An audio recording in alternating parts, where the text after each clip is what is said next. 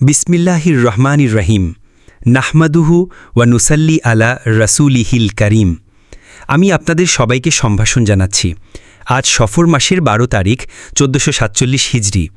আমি ব্রিটেনের ম্যানচেস্টার থেকে আপনাদের সাথে কথা বলছি। আমি আল্লাহর নামে শুরু করছি এবং তার প্রশংসা করছি যেমনটি করা উচিত।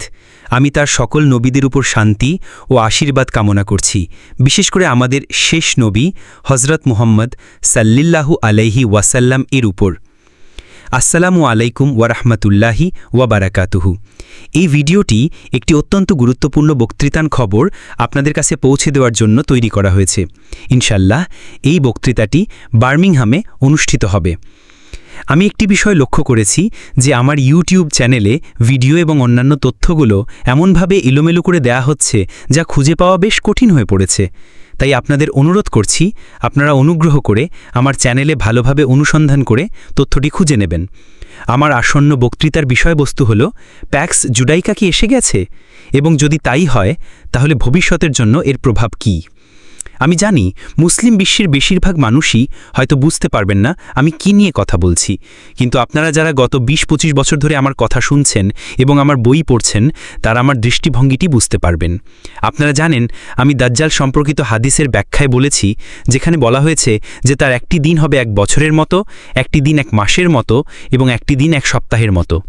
আমার ব্যাখ্যা অনুযায়ী ১ বছরের মতো দিন ছিল প্যাক্স ব্রিটানিকা বা ব্রিটিশ শাসন, এরপর ১ মাসের মতো দিন ছিল প্যাক্স আমেরিকানা বা আমেরিকান শাসন, আর এখন আমরা ১ সপ্তাহের মতো দিনে প্রবেশ করতে চলেছি যা হবে প্যাক্স জুডাইকা, যেখানে ইসরায়েল বিশ্বের শাসক রাষ্ট্র হিসেবে আবির্ভূত হবে। আমার মতে প্যাক্স আমেরিকানার পতন এখন স্পষ্ট এবং প্যাক্স জুডাইকা ইতিমধ্যেই শুরু হয়ে গেছে। তবে একটি ভয়াবহ মহাযুদ্ধ না হওয়া পর্যন্ত বিশ্বের বেশিরভাগ মানুষই এটি উপলব্ধি করতে পারবেন না।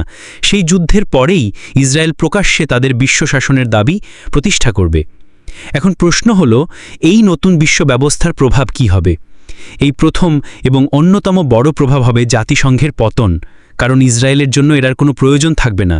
ইসরায়েল এবং তার পশ্চিমা সমর্থকরা জাতিসংঘকে অর্থায়ন বন্ধ করে দেবে, যার ফলে এটি ভেঙে পড়বে এবং বর্তমান আন্তর্জাতিক আইন ব্যবস্থার অবসান ঘটবে।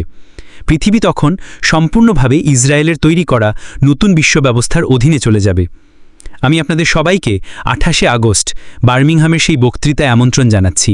আসুন এবং এই গুরুত্বপূর্ণ বিষয়ে আমার সাথে আপনাদের চিন্তা ও ভাবনাকে একত্রিত করুন। আমরাই একমাত্র গোষ্ঠী যারা এই বিষয়গুলো নিয়ে আলোচনা করছি। আমি জানি আপনারা বিশ্বের নানা প্রান্ত থেকে আসবেন। আল্লাহ আপনাদের ভ্রমণ সহজ করুন। ধন্যবাদ। আসসালামু আলাইকুম ওয়ারাহমাতুল্লাহি ওয়াবারাকাতুহু।